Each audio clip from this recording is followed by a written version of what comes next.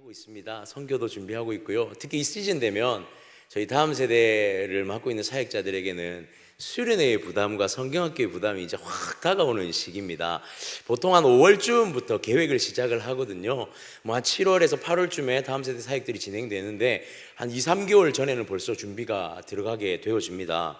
이 사역을 준비하면서 어떤 고민들이 가장 많냐면, 어떤 장소에서 어떤 주제로 어떤 수련회 어떤 행사를 진행할까라는 그러한 생각보다 사역을 준비하는 가운데 많은 방법들과 좋은 것들을 제공하기 위해서 준비하다 보면 때로는 본질을 좀 놓치게 되는 경우들이 간혹 생기게 됩니다. 예를 들면 이런 경우죠. 좋은 강사를 섭외하고 좋은 장소를, 그리고 좋은 방법들을, 또 좋은 이 시스템들과 프로그램을 준비하다 보니 지금 이걸 누굴 위해 준비하고 있는가라는 목적보다 때로는 좋은 방법으로 좋은 행사 하나를 잘 치러야지라는 그러한 결론에 도달할 수도 있는 그 과정 속에서 작은 변질이 일어나는 것을 사역을 준비하다 보면 분명하게 생기는 것 같습니다. 그래서 우리가 필요한 게 뭐냐면 기도고, 끊임없이 하나님의 뜻이 무엇인지, 하나님의 본질이 무엇인지에 대해서 고민하는 것이 우리가 바로 이 사역을 준비하는 과정 속에 필요한 것이지 않을까라는 생각을 하게 되는 거죠. 철저한 준비도 너무 중요합니다. 그런 방법들을 찾는 것도 너무 중요하고요. 너무 중요한 것들이 많지만 사실 사역의 가장 핵심이 무엇이냐라고 물으면 저는 영혼이라고 생각합니다. 하나님의 관심이 누구에게 있고 그 사역 가운데 한 영혼이 변화되어 일어나는 것이 하나님의 본질적인 목적이자 관심이지 않을까, 저는 그렇게 생각하고, 사역 가운데 우리가 이것을 잃어버리지 않고 달려가는 것이 참 중요하다라는 생각을 하게 되는 것이죠. 오병이어의 사건을 우리가 오늘 보게 됩니다. 우리가 일반적으로 아는 이 오병이어의 사건은 예수님께서 이 무리들을 가르치시다 배고픈 5천 명에게 이 보리떡 5개와 물고기 2마리를 축사하셔서 먹이신 사건. 그래서 5천 명을 먹이시는 놀라운 이적을 우리 주님께서 베푸셨다라고 그렇게 우리는 잘 알고 있는 그런 내용이죠. 그런데 오늘 저는 여러분들과 함께 무엇을 좀 나눠보았으면 좋겠냐면, 예수님께서 이 5천 명을 먹이시는 사건의 그 과정, 그 일련의 과정 가운데 주님의 뜻은 무엇이고 그 사역을 진행하시는 예수님 앞에서의 제자들은 어떠하였는지, 그리고 그것을 통해 이루시는 주님의 놀라운 생명의 역사가 과연 어떠한 역사로 나타났는지를 저는 이 오병이어의 사건의 과정 속에서 오늘 좀 살펴보았으면 좋겠습니다. 사랑하는 성도님들, 오늘 이 밤에 어떠한 우리가 눈에 보여지는 결과물에 치우치기보다는 이 결과물이 나오기 위해 진행되어졌던 과정이, 우리 예수님은 이 과정을 어떻게 진행시키셨고 마련하셨고 이 과정에 무엇을 공급하시며 회복시켰는지, 오늘 그것이 우리에게도 공급되어지는 밤이 되어지기를 주님의 이름으로 축복합니다. 오늘 내용을 좀 살펴보았으면 좋겠습니다. 35절에 보니까 예수님께서 날이 저물어 갈 때라고 이렇게, 그때 사역 가운데 날이 저물어 가는 시간대에 이 사건이 시작되어짐을 보여주고 있습니다. 사실은 30절부터가 오병이어 사건의 전체 내용이에요. 그런데 35절부터 살펴보는 것은 이 날이 저물어 갈 때, 즉 이 사건의 개요의 시작이 누군가의 배고픈 시간에 시작되었다라는 것을 좀 살펴보기 위해서 35절부터 이렇게 본문을 좀 잡아 보았습니다. 34절에서는 이 사람들을, 무리들을 가르치시다가 35절에 날이 저물어 가는, 즉 시장한 시기가 저녁 식사 시간쯤이 되었다라는 것을 보여주고 있는 거죠. 그런데 이 장소에서 지금 이 제자들과 예수님께서 사람들을 가르치신 이 시간에 배가 고픈 상황이 왔는데 과연 이 시간에 이들을 어떻게 할 것인가가 문제였습니다. 그러니까 밥을 먹이자니 오늘 35절에 기록된 이 장소의 특성상 먹을 것을 제공해 주는 것은 현실적으로 불가능한 상황이었다는 거예요. 35절 우리 말씀 한번 볼까요? 때가 저물어 가매 제자들이 예수께 나와 여짜오되 이곳은 빈들이요 날도 저물어 가니. 어떤 장소라고 되어 있습니까? 빈들입니다. 빈들. 즉 이 장소가 정확하게 어디인지 그 지명은 지목할 수 없지만 적어도 이 장소가 뭔가를 먹이기에는 이 5천 명 특히나 남성만 5천 명인 이 약 10,000명이 넘어가는 인원들을, 대략적으로 넘어가는 인원을 먹인다는 것이 불가능한 상황이더라는 거예요. 그래서 제자들이 예수님께 하나의 대안을 제안하고 있습니다. 36절을 보니 무리를 보내어 두루 총과 마을로 가서 무엇을 사 먹게 하옵소서. 여러분, 이 장면이요 굉장히 합리적인 장면입니다. 제자들이요 굉장히 지혜로운 대안을 주님 앞에 내어놓고 있는 거예요. 5천 명, 아니 약 10,000명이나 몇 명이라고 우리가 더 이상 셀 수는 없지만 적어도 10,000명이 넘는 이 인원들을 다 먹인다는 것은 빈들에서 사실상 불가능한 일이었고, 제자들은 이들을 마을로 내려보내서 음식을 사 먹게 합시다라는 매우 합리적이고 타당한 대안, 방법론을 제시했다는 겁니다. 자, 그런데 우리 주님의 말씀이 이들을 굉장히 당황하게 만들고 있습니다. 37절 한번 볼까요?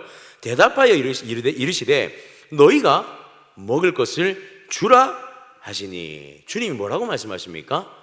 먹을 것을 주라 말씀하고 있습니다. 아마도 제자들은요 이 예수님의 발언에 굉장히 당황했을 겁니다. 도대체 어떤 방법으로 이들을 먹일 수 있습니까? 이 아무것도 없는 허벌판에 과연 우리가 어떤 능력으로 이들을 먹일 수 있습니까? 이 예수님의 제안은요 정말 불가능한 제안이고 이들 가운데 굉장히 당황스럽고 초조하게 만드는 제안이었음이 분명합니다. 그래서 37절 후반절에는 이렇게 말하고 있죠. 여짜오되 우리가 가서 200데나리온의 떡을 사다 먹이리까. 여기서 보니까 제자들이 수치적으로 훨씬 더 정확한 수치를 내면서 주님, 이건 절대로 불가능한 일입니다 라고 지금 주님 앞에 말을 하고 있는 것이죠. 자, 수치적으로 볼 때 1데나리온이 한 장정의 하루 품삯이라고 그렇게 보통 계산을 합니다. 그럼 200데나리온이면 얼마죠? 약 한 안식일을 쉰다고 가정했을 때 한 8개월 정도의 한 사람의, 많게는 한 1년치 정도의 품삯이라고 생각을 하면 됩니다. 자, 그 10,000명이나 되는 사람을 먹이는 데 있어서 1년치 되는 한 사람의 품삯, 1년 연봉을 가지고 가서 먹여야 되는데 지금 제자들에게는 한 푼의 돈도 없단 말이죠. 그래서 자신들이 낼 수 있는 최고의 솔루션이 무엇이었습니까? 마을로 내려가서 음식을 사 먹게 하자 하였습니다. 그런데 주님은 뭐라고 말씀하시냐면 지금 이들에게 먹을 것을 주라 말씀하시고 있는 거죠. 여러분, 제자들이 결코 무능력한 상태는 아닙니다. 그리고 제자들이 무책임한 것도 아닙니다. 일반적으로 우리가 눈으로 보았을 때는 굉장히 타당한 방법을 제시하고 있고 굉장히 합리적인 방법으로 이 사람들에게 줄 수 있는 최고의 대안을, 방법론을 제시하고 있는 것이죠. 그런데 지금 이 제자들에게 오게 되는 불안과 당혹스러움은 뭐냐면 이 명령을 예수님이 하고 계시더라는 거예요. 예수님께서 제자들을 향해서 이들을 반드시 먹이겠다라는 그 의도를 내비치고 있더라는 사실입니다. 제자들에게 묻습니다. 38절 한번 볼까요? 이르시되 너희에게 떡 몇 개나 있는지 가서 보라 하시니 알아보고 이르되 떡 5개와 물고기 2마리가 있더이다 하거늘. 자, 보십시오. 지금 제자들의 손에 떡 5개와 물고기 2마리가 있는데 요한복음의 기록에 의하면 이 떡과 물고기를 누가 주었습니까? 한 소년이 주었죠. 그렇죠? 한 아이가 이들의 손에 쥐어 주었습니다. 적어도 근데 마태복음, 마가복음, 누가복음에는요 이 장면이 등장을 하지 않습니다. 유일하게 요한복음에만 한 아이가 떡을 내어주는 장면이 기록되어져 있어요. 그 말은 뭐냐면 마태복음, 마가복음, 누가복음에는요 한 아이가 떡을 제공해 주는 것에 크게 관심을 가지고 있지 않다라는 것입니다. 이 떡과 물고기가 제자들의 수중에 있다라는 것에 더 초점을 맞추고 있는 거죠. 지금 이 제자들의 손에 오병이어 5개의 떡과 물고기 2마리가 손에 쥐어져 있습니다. 자, 예수님께 한번 상상해 보십시오. 예수님, 우리 이 사람들 못 먹입니다. 어떻게 먹입니까? 너희가 가서 먹여라. 답답하겠죠.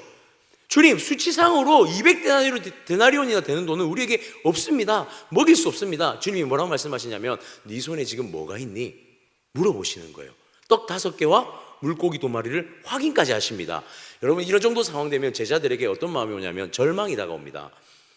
상상해 보십시오. 우리 주님이 반드시 먹이겠답니다.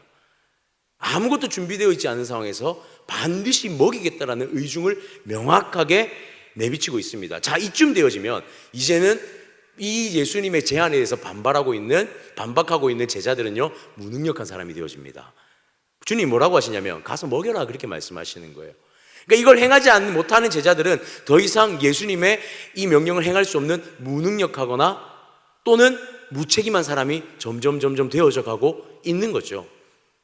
자, 어쩌면요, 예수님의 이 명령은요, 우리가 현실적으로 볼 때 분명히 불가능한 일이 분명합니다. 지금 이곳에 있는 우리 이 사람들에게 지금 식당에 음식도 아무것도 준비되어 있지 않고 지금 이곳에 아무에게도 지갑 하나 없다고 생각해 보십시오.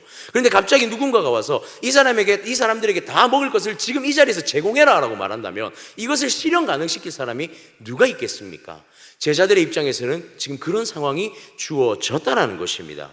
자, 그런데 여기서 우리가 살펴보아야 할 한 가지가 있습니다. 그것이 무엇이냐면 제자들의 예수님의 명령과 제자들의 대답이 조금 다른 포인트로 대화가 오고 가고 있다는 사실이에요.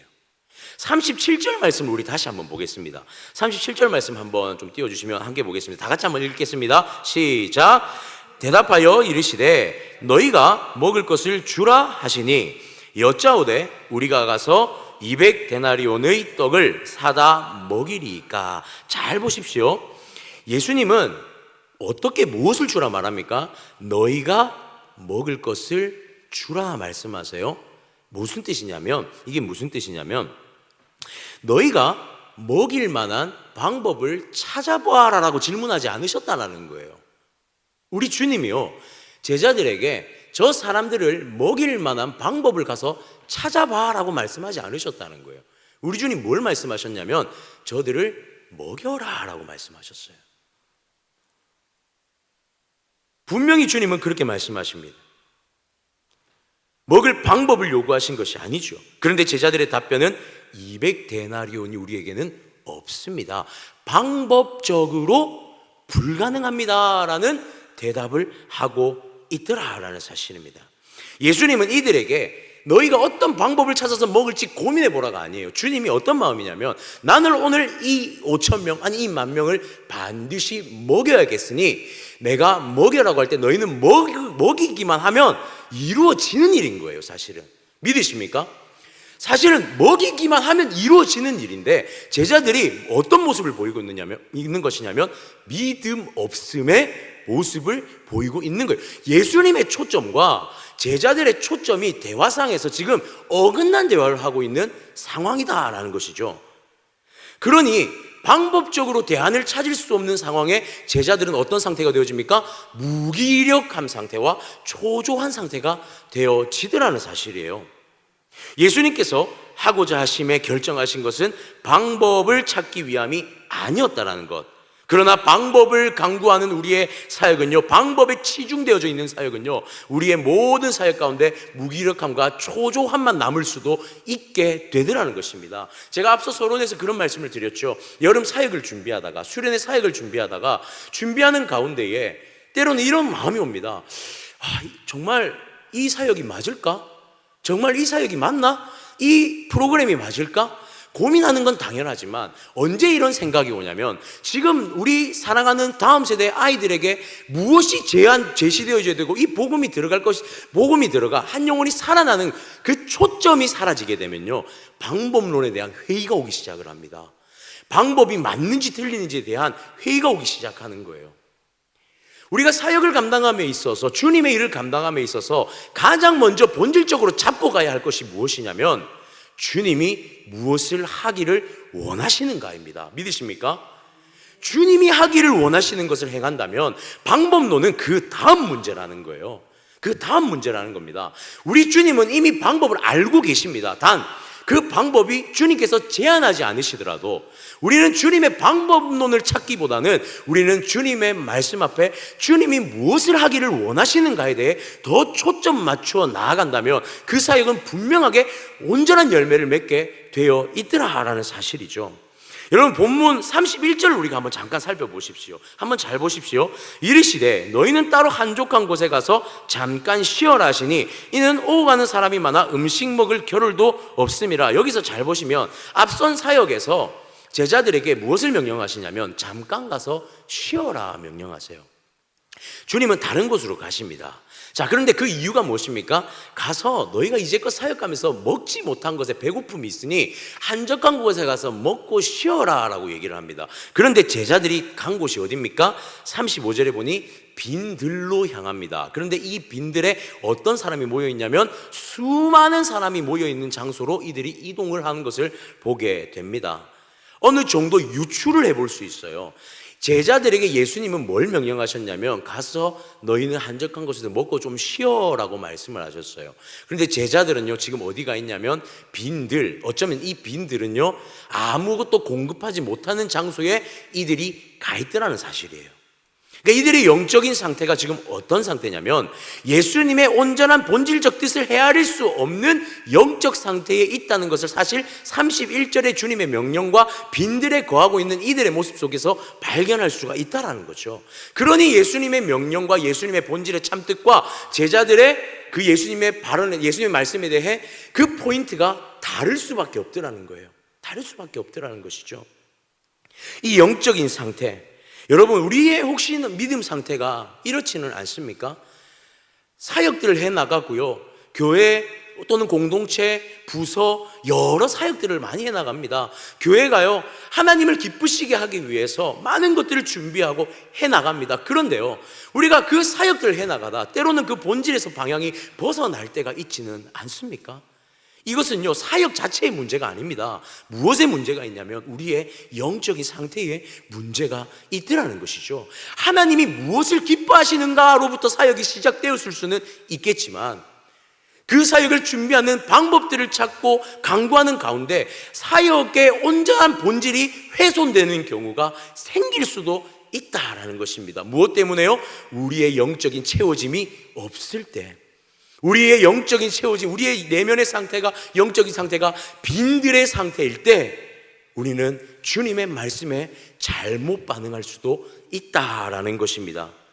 사랑하는 성도님들, 우리의 영적 상태가 혹시나 지금 빈들의 상태라면, 지금 우리의 영적 상태가 주님의 마음과 그 포커스를 온전히 헤아리지 못하는 빈들의 마음의 상태에 있다면 우리는 지금 여기서 잠시 멈추어 보아야 할 필요가 있습니다. 오늘 이 제자들은요 계속해서 방법을 강구합니다.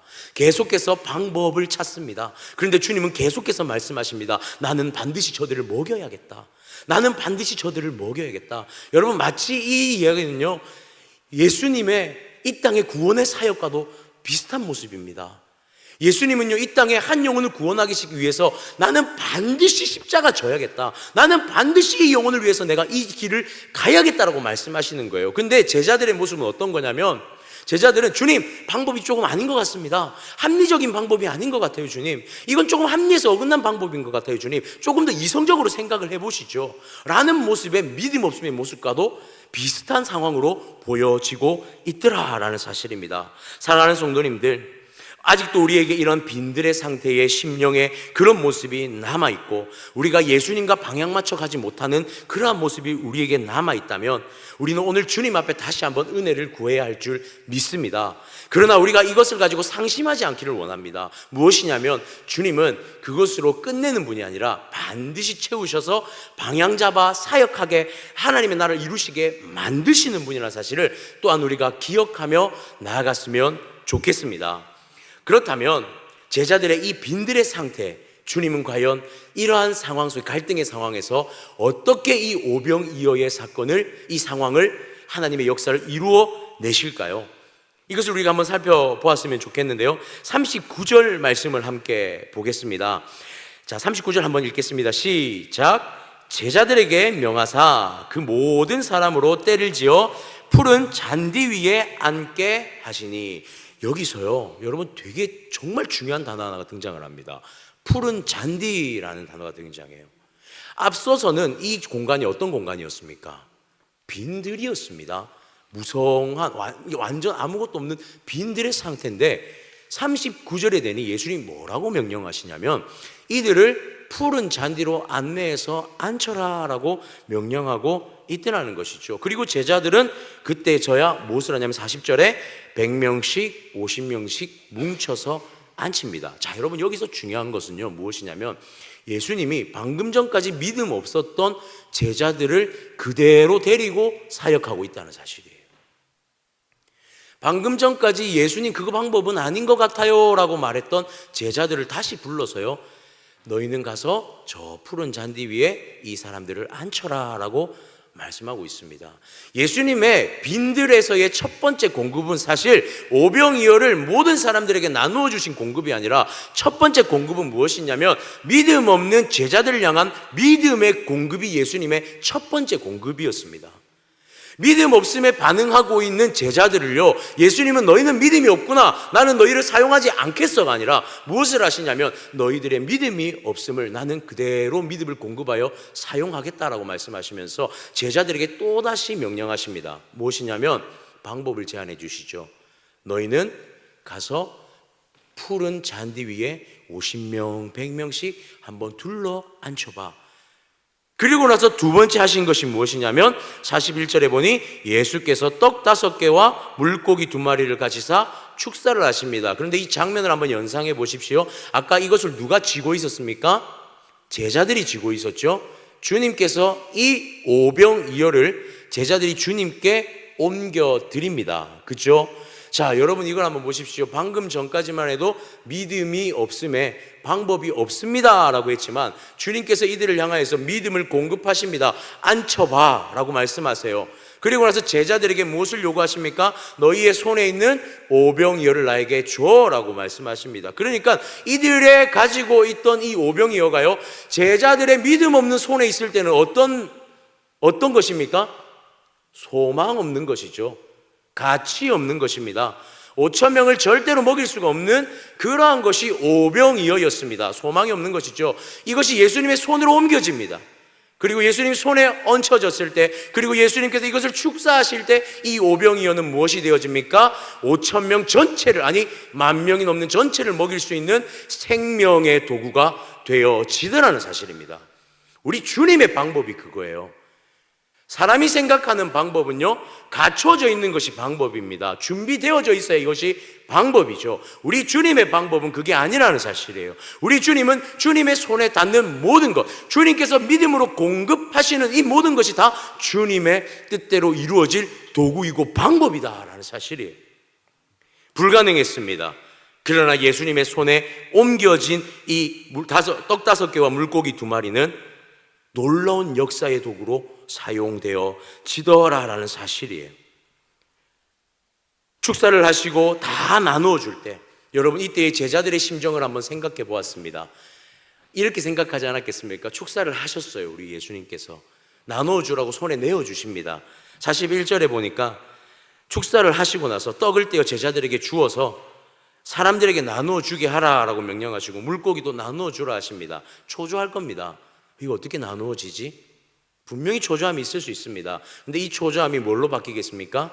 환희로 바뀌겠죠. 아, 하나님이 하시는구나, 우리 주님이 하시는구나로 바뀌는 거예요. 우리 주님이 행하여 내시는구나로 바뀌는 거예요. 5,000명에게 이것을 제자들이 돌아가면서 하나씩 나눈다고 생각해 보십시오. 분명히 5개밖에 없고 2마리밖에 없던 이것이 계속해서 나누어진다고 상상을 한번 해보십시오. 놀라운 역사가 그 안에서 지금 일어납니다. 무엇을 통해서요? 믿음의 공급함이 그들 가운데서 일어나니까 이 놀라운 기적의 역사가 무엇으로 이어집니까? 그 주변에 있는 10,000명이 넘는 사람들에게 생명의 공급함으로 나누어지고 있다는 사실이에요. 믿으십니까? 제가 첫 여름 수련회 준비할 때 저희의 두 번째 고민이 뭔 줄 아십니까? 예산입니다. 제가 차마 설교의 강단에서 요 자세는 취할 수가 없어서, 제가 취할 수가 없어서, 여러분 다음 세대 사역 제가 예전에도 한번 말씀드렸죠. 밑 빠진 독에 뭐죠? 물 붓기. 먹여도 이렇게 먹는 아이들, 이만큼만 먹이면 되겠지 했지만 또 시키고 있는 아이들, 주여 나왔습니다. 왜냐하면 저희 청소년부 선생님들은 잘 아시거든요. 잘 아십니다. 분명히 먹였는데 지갑에 돈이 하나도 남아있지 않는 그 현실. 여러분 단순히 물질이 막 너무 많이 필요합니다. 이게 아닙니다. 사역을 하다 보면요, 어디에서 제일 많이 막히냐면 한계가 있는 물질 또는 한계가 있는 시간, 이런 것에서 정말 많이 멈추게 되어집니다. 하나님, 이 방법이 맞나요? 하나님? 이렇게 사역하는 게 맞을까요? 근데 정말 큰 은혜가 무엇인 줄 아십니까? 내 머릿속에 있고 내 가슴 속에 있는 고민이 하나님의 손에 딱 올려지잖아요. 텅 비어있는 지갑이 주님의 손에 딱 올려지면요, 어디선가 모르게 나타나는 주님의 놀라운 역사가 일어나기 시작합니다. 나는 분명히 먹이지 않았는데 누군가가 그들을 먹이고 있습니다. 나는 분명히 행하지 않았는데 하나님께서 행하셔서 그들을 먹여내고 있습니다. 중요한 것은요, 음식을 먹이는 게 중요한 게 아닙니다. 그들에게 무슨 역사가 일어나냐면 누군가의 작은 섬김을 통해서 한 생명이 살아나더라는 거예요. 믿으십니까? 주님의 손에 맡겨드리니까 뭐가 살아나냐면 재정이 생기는 게 아니고요, 재정을 통해서 하나님의 생명이 살아나더라는 거예요. 하나님의 손에 맡겨지니까요, 무엇이 살아나냐면 죽어가던 영혼이 살아나는 거예요. 선교를 준비하고 있습니다. 때로는 막막합니다. 청년들 12명, 우리 캄보디아 때 필리핀 팀, 우리 필리핀 팀은 평균 연령이 70 그 정도 된다고 합니다. 여러분, 주님 손에 맡기지 않으면 이 사역이 감당되어지겠습니까? 김치 담그러 가신답니다. 가셔서 고춧가루 사가지고 김치 담그셔야 되는, 배추가 좀 작지만 몇 폭이죠, 권사님?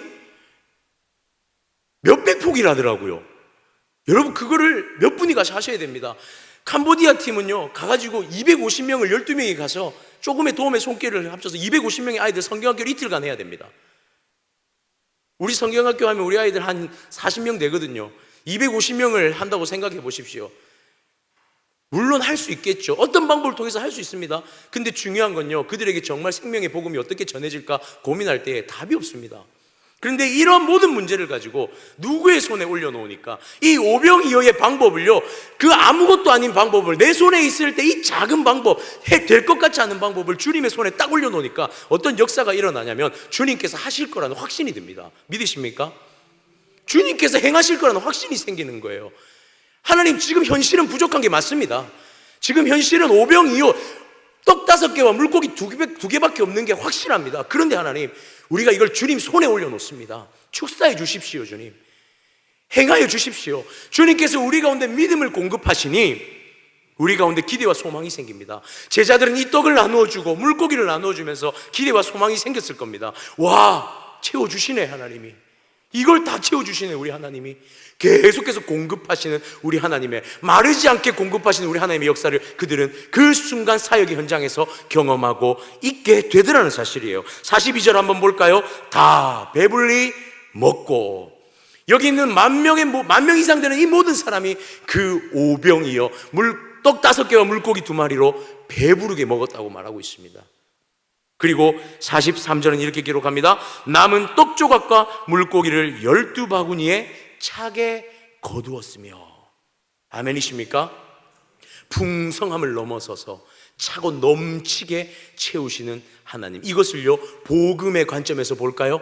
이것을 복음의, 예수 그리스도의 십자가 복음의 관점에서 주님이 내가 반드시 가야 하리라 라고 십자가를 들고 가시는 그 걸음, 십자가 지시고 겟세마네 동산에서 죽으시고 부활하시는 그 죽음은 가치없고 하찮고 아무것도 아닌 죽음처럼 보여지는 그러한 허무한 죽음이었을지 모르겠지만, 그것이 그 십자가를 바라볼 때 어떤 역사가 일어납니까? 그 십자가로 말미암아 온 인류의 구원의 통로가 열려집니다. 그것이 12강주리가 남을 만한 복음에 흘러넘치는 예수 그리스도의 생명의 사역으로 흘러가는 것을 보게 되어집니다. 사랑하는 성도님들, 우리가 어떤 방법론을 찾아야겠습니까? 주님의 일을 감당하면서 5,000명이나 먹는, 아니 10,000명이 넘는 인원을 먹이신 주님의 방법은 무엇이었다라고 선포하고 가야겠습니까? 사람이 생각하는 방법이 아닙니다. 사람이 한계 짓는 방법이 아닙니다. 사람이 생각할 때 주님 이건 아닌 것 같습니다가 아니라는 거예요. 우리 주님은요 5,000명, 10,000명, 20,000명, 30,000명, 우리 주님께는 아무 문제가 없습니다. 주님 손에 그 방법이 올려지기만 하면, 우리가 가지고 있는 이 하찮고 아무것도 아닌 오병이어가 주님 손에 올려지기만 하면 놀라운 역사가 일어난다는 사실을 믿으시기를 바랍니다. 마지막으로 한 가지만 더 말씀드리고 마치겠습니다. 얼마 전 단기 선교를 준비하는 캄보디아 팀에서 성격 테스트는 아닌데 우리의 욕구와 이런 테스트 같은 걸 좀 했습니다. 팀원들이 더 알기 위해서 놀라운 사실이 발견되었습니다. 1년 6개월 7개월째 제가 청년부를 맡고 있는데요, 전혀 몰랐던 사실을 발견했습니다. 우리 청년들과 저는 성격과 성향이 극과 극입니다. 제 성격은 어떠냐면요, 예배실 뒷문을 딱 열고 들어오면 눈에 보이는 청년들을 다 찾아가서 하이파이브를 다 해야 됩니다. 그래야 직성에 풀리는 사람입니다. 그래야 이런 생각을 합니다. 내가 오늘 하이파이브를 해야지만 이 사람이 마음이 막 샘솟아 날 거야 라고 생각하는, 저는 그런 성격의 소유자라서 1년 6개월 동안 우리 청년들만 보면 옆에 가서 잘 지냈어요? 괜찮아요? 무슨 일 없어요? 하이파이브를 막 하겠습니다. 그게 저의 방법론이었습니다. 알았습니다. 우리 청년들은요, 그게 힘든 사람들입니다. 성격이요, 그냥 단순히 내성적인 게 아니고요, 어떤 사람들이냐면요, 굳이 표현 안 해도요, 싫으면 여기 안 나와 있는 사람들. 그러니까 반대로 예배실에 들어와 있잖아요? 그럼 지금 여기 좋아서 와 있는 사람들이에요. 근데 와가지고 가서 막 하이파이브 해주고 하는 건 생각보다 부담을 느끼는 사람들인 거예요. 그래서 저와 우리 청년들이 끝과 끝에 이렇게 포진되어 있더라고요. 더 놀라운 사실은 저만 여기 있습니다. 단 한 명도 여기 있지 않고 다 했던 사람 중에 저 빼고 전부 다 여기 있었거든요. 근데 저희 청년들이 대부분 성향이 되게 비슷합니다. 그래서 제가 그 테스트를 하고 나서 새벽에 나와서 기도를 했거든요. 제가 너무 하나님 앞에 답답해서 하나님, 1년 반 동안 저는 뭘 한 걸까요? 1년 반 동안 하이파이브하러 다녔단 말이에요. 1년 반 동안 가서 인사하러 다녔단 말이에요. 1년 반 동안 가가지고 얼마나 많은 표현을 했겠습니까? 전 몰랐습니다. 때로는 우리 청년들이 그걸 부담스러워할 수도 있다는 걸. 제 방법이 다 틀렸다는 게 아니에요. 무슨 생각을 했냐면, 여기 새벽기도 앞에 앉아가지고 설교를 끝내고 앉아서, 하나님, 1년 반에 제가 틀린 것 같습니다. 1년 반에 제가 잘못된 것 같습니다. 그런데요, 하나님 어떤 마음을 주셨냐면, 그게 저에게 주신 제 모습이고요, 그러나 하나님의 마음과 그 마음이 더 채워지기를 기도해라는 마음을 주시더라고요. 내가 그런 성격이고 저들이 저런 성격이고 이런 것을 가지고 너무 함몰되어 고민하지 말고, 네가 진짜 하나님 앞에 기도하면서 그 마음 주시기를 기도해. 그런 마음을 주시더라고요. 그리고 또 한 가지 마음이 뭐였냐면, 네가 할 수 있는 게 최선이라고 생각하지 마. 네가 가지고 있는 방법이 최선이라고 생각하지 마. 그게 하나님 앞에 기도하면서 받은 응답이었어요. 여러분 어떻습니까? 사역을 하고 주님의 일을 감당하고 복음의 일을 감당하다 보면 때로는 우리가 뭐에 함몰되기 쉽냐면, 내가 최선이라고 생각할 때가 있습니다. 내 방법과 내 생각이 최선이라고 생각할 때가 있어요. 경험이 있으니까요. 많은 것들을 해봤으니까요. 그런데 아니더라고요. 때로는요, 하나님 손에 맡겨놔야 될 때가 있더라고요. 아니요, 애초에 시작부터 하나님 손에 맡긴 상태에서 주님이 우리를 사용하시는 방법대로 우리가 쓰임받으면 놀라운 생명의 역사가 일어나더라는 사실이에요.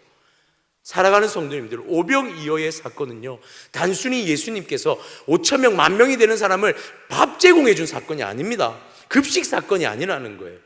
주님께서 무엇을 하신 것이냐면, 주님의 사역이 어떻게 역사가 일어나는지, 그 수많은 생명을 살리는 사역들이 어떤 방법을 통해서 주님께서 일하시는지, 놀라운 사실은 믿음 없는 그 제자들을 통해서 다시 믿음을 공급하시고 사용하셨다는 것, 그 믿음을 공급받은 그 사람을 통해서 한 영혼, 그 5,000명, 10,000명의 영혼들이 주님의 은혜를 맛보았다는 것, 그것을 오늘 우리가 기억했으면 좋겠습니다. 오늘 이 밤에, 그리고 우리가 이 교회에서 귀한 사역들을 감당하며 나아가서 이 땅 가운데 삶에서 살아가는 모든 순간마다 하나님의 손에, 우리 손에 있는 오병이어를 주님의 손에 올려드릴 수 있는 그 믿음 가지고 살아가는 우리가 되어지기를 주님의 이름으로 축복합니다.